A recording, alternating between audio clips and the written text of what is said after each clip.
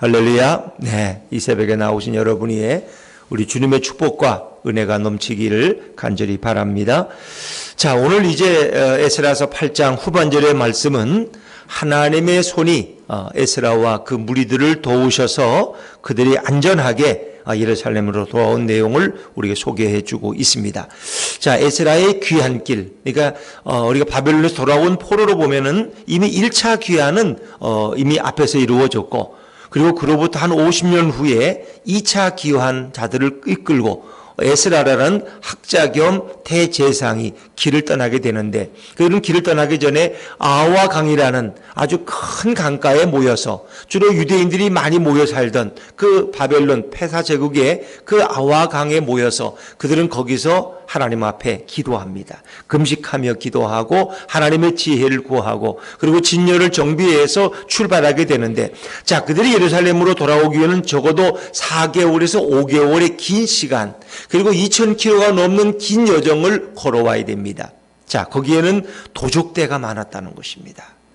도적대가 어느 시대나 늘 예전에는 도적대가 많았어요. 그래서 그들이 수십 명, 많게는 수백 명, 때로는 수천 명씩 떼를 이루어서 지나가는 상단의 무리들, 그 모든 물품을 빼앗고 사람을 빼앗고 이렇게 하는 거죠. 그것이 위험했다. 늘 출몰했다는 소식을 사람들은 듣고 알고 있다는 거예요. 또 그 행렬에는 어린이와 노약자가 동행해서 그 숫자가 약 9천 명에 이르렀다는 거예요. 여러분, 우리가 90명을 이끌고 어디 가는 것도 쉬운 게 아니에요. 우리 교회학교에서 어느 교회학교 부서가 가는데 30명이 간다. 그것도 교육전도사 입장에서는 그것도 적은 인원이 아니에요. 교인들이 어디서 600명을 어디 가서 텐트를 치고 수련을 한다. 이 쉬운 일이 아니에요. 거긴 다치는 사람이 있고, 그 말 안 듣고 밤에 나가는 사람이 있고, 별의별 사람이 다 있는 거 아니에요. 근데 무려 그것은 9천여 명이 일어났다는 거예요. 그 무리를 어떻게 이끌고 돌아오시느냐. 저 선도와 후미가 무슨 핸드폰으로 서로 무전기로 주고받고 출발할까? 출발해. 알아서 출발해. 이게 안 되는 거예요, 이게 안 되는 거예요. 어떻게 9천 명을 일사불란하게 2000km가 넘는 예루살렘까지 안전하게 모셔올 수 있느냐. 또 거기에는 많은 재물들이 있었다는 거예요. 그래서 예루살렘에 돌아가면 그 성전을 수리하는 일에, 또 거기 하나님 앞에 예물을 드리는 일에 쓰도록 아닥사스다 왕과 그 중요한 신하들이 낸 것들, 또 거기 머무르는 이스라엘 백성들이 나는 못 가지만 내 대신 이걸 좀 내달라고, 헌금을 해달라고 이렇게 해서 가져온 게 은이 650달란트, 금이 100달란트, 또 은 100달란트 정도의 그릇들, 기명들. 근데 은 650달란트를 요즘 환산하니까 24.5톤. 여러분, 우리가 3톤 트럭, 5톤 트럭, 이상할 때 제일 큰 트럭이 5톤 트럭이에요. 그 5톤 트럭이 넘으면 또 2톤짜리를 또 하나 불러야 돼. 그럼 돈이 또 한 20만 원 더 추가돼. 근데 24.5톤의 은과 금 3.75톤. 그걸 무슨 수로 옮겨요? 그러니까 하나님 앞에 금식하며 기도했더니 하나님이 지혜를 주셨어요. 어떻게 했어요? 이제 그들이 어떻게 했는지 다시 한번 성경을 읽어보면 되겠죠? 자, 25절, 26절 말씀. 25절, 26절입니다. 시작. 그들에게 왕과 모사들과 방백들과 또 그곳에 있는 이스라엘 무리가 우리 하나님의 성전을 위하여 드린 은과 금과 그릇들을 달아서 주었으니 내가 달아서 그들 손에 준 것은 은이 650달란트요 은 그릇이 100달란트요 금이 100달란트며 또 그 외 많은 그릇들 기명들이 있어요. 자, 이제 그것을 다 달아서 한 사람 한 사람에게 그 금과 은을 다 맡기는 거예요. 자, 30절로 내려와 볼까요? 30절 말씀 같이 읽죠. 시작. 이에 제사장들과 레위 사람들이 은과 금과 그릇을 예루살렘 우리 하나님의 성전으로 가져가려 하여 그 무게대로 받으니라. 각자에게 맡기는 건데 그 아무한테나 막 필요한 데 들고 가라고 할 수 없어. 왜? 사람이니까. 그 은과 금 갖다가 좀 슬쩍하면 하나님 앞에 바치는 건데, 여호와의 성전을 위한 건데, 그래서 그것을 하나 다 자로 이렇게 저울로 재서 당신은 금 얼마 1kg, 당신은 500g 해서 다 각자에게 맡기는 거예요. 그리고 그걸 다 기록을 해서 돌아온 다음에 다시 그것을 받는 거예요. 돌려받는 거예요. 당신은 몇 킬로 가져갔죠? 이거 거기 그대로 적은 대로 이렇게 다시 돌려받는. 자, 이건 누가 주신 지혜일까? 하나님이 주신 지혜예요. 하나님이. 그래서 마치 이걸 보면은 우리가 예수님 비유에 5달란트, 2달란트, 1달란트 비유가 생각나. 먼 나라를 가면서 우리에게 맡기셨어요. 어떤 사람이 힘이 센 사람에게 뭐 더 무거운 걸 맡겼고, 또 약한 사람에게 가벼운 걸 맡길 수도 있어요. 또 그의 재능 따라 맡길 수가 있죠. 그래서 어찌 보면 우리 인생을 살아가는 것은 이렇게 주님이 맡기신 대로 우리가 최선을 다해 사는 거예요, 거기서. 저는 설교자니까 열심히 설교를 해야 돼. 또 어떤 분은 또 열심히 찬양 인도를 하고, 또 키보드를 반주하고, 나름대로 각자가 다 자기 섬기는 자리가 있다는 거예요. 하나님 우리에게 주신 사명 따라서 이 땅에서 열심히 섬기다가 우린 주님 앞에 돌아갈 때, 그렇지요? 이 모든 것을 주님께 다시 보고드리는. 그래서 각자가 맡은 사명들을 다 감당해서 정말 이 은과 금과 엄청난 이 재물들을 다 예루살렘까지 무사히 가져가서 누구에게? 여호와의 성전에 하나님 앞에 드려야 될 재물들이에요. 개인이 입마이 포켓하면 안 돼요. 그래서 다 적어서 하나를 확실하게 했다는 거죠. 참 하나님 주신 지혜예요. 그래서 그 모든 준비가 끝났을 때 그들이 이제 출발하는 거예요. 자, 그들이 하나님 앞에 금식하면서 간구했고, 이 길이 평탄한 길이 되도록 위험을 만나지 않도록 기도했어요. 왜? 이렇게 70년 만에 돌아오는 그들의 귀한 길이, 예를 들면 이렇게 도적들을 만나서 사람들이 다 죽고, 그리고 그 모든 재물을 다 뺏겼다 그러면 얼마나 사람들이 낙심하고, 그렇죠? 이거 말이 안 되는 거 아니에요? 그들을 지키신 하나님의 손이 결코 그들을 떠나지 아니할 것이다. 그래서 그들은 기도하고 출발했는데 정말 하나님이 그렇게 역사하셨어요. 자, 이제 제일 중요한 31절 말씀을 다시 볼까요? 31절 시작. 첫째 달 12일에 우리가 아하와 강을 떠나 예루살렘으로 갈새 우리 하나님의 손이 우리를 도우사 대적과 길에 매복한 자의 손에서 건지신지라. 할렐루야. 그렇습니다. 우리 하나님의 선한 손이 우리를 도우셨다는 거예요. 우리가 예루살렘을 따라가는데 우리 하나님의 선한 손이 우리를 도우셔서 대적들의 손에서, 길에 매복한 자의 손에서 우리를 건지신지라. 할렐루야. 그랬어요. 어떻게 건지셨을까? 이 궁금하지 않아요? 딱 31절 한 절로 표현됐는데 어떤 방법을 사용하셨을까? 정말 놀라워요. 저는 성경에 나오는 방식대로 우리가 이렇게 추측을 한다면 이런 이 말씀을 묵상할 때 이런 말씀이 떠오르게 하시더라고. 우리가 보면은 이제 열왕기하 6장에 보면은 아람과 북이스라엘이 전쟁을 치를 때, 근데 아람 군대가 어디로 기습을 하려고 그러면 엘리사는 기막히게 그걸 알아. 하나님이 엘리사에게 다 알려주죠. 그 엘리사가 북이스라엘 왕에게 이제 아람 군대가 어디로 오니까 거기에 사람들을 주둔시켜서 막으소서. 그러면 100% 적중하는 거야. 그러니까 어디를 작전 계획을 세워도 이미 엘리사는 다 알아. 누가 알려주시는 거예요? 하나님이 알려주시는, 우리 예수님이 알려주시는 거야. 당할 수가 없어. 우리 가운데 누가 스파이가 있냐? 누가 갖다 그걸 다 작전 계획을 갖다 알려주지? 어떤 나쁜 놈이? 그런데 그들의 얘기가 엘리사가 그걸 다 안다는 거야. 그래서 왕에게 말하기 때문에 우리는 어쩔 수가 없다는 거예요. 그러니까 아람 왕이 그러면 엘리사를 잡아야 되겠다. 엘리사가 지금 어디 있느냐? 지금 도단성에 그의 사환과 머물고 있습니다. 아주 작은 성입니다. 알았어. 지금 군대를 출동시켜라. 그래서 도단성을 포위한 거예요. 아침에 엘리사의 사환 청년이 나가보니까 왜 아람 군대가 도단성을 포위하고 있는데 큰일 났어. 이제 우린 망했습니다. 선생님, 우린 죽었습니다. 그랬더니 엘리사가 나오더니 걱정하지 말아라. 두려워할 것 없어. 저들과 함께한 자보다 우리와 함께한 자가 더 많다. 그게 무슨 얘기예요? 엘리사가 하나님 앞에 기도했어요. 이 아들의 눈을 열어보게 하옵소서.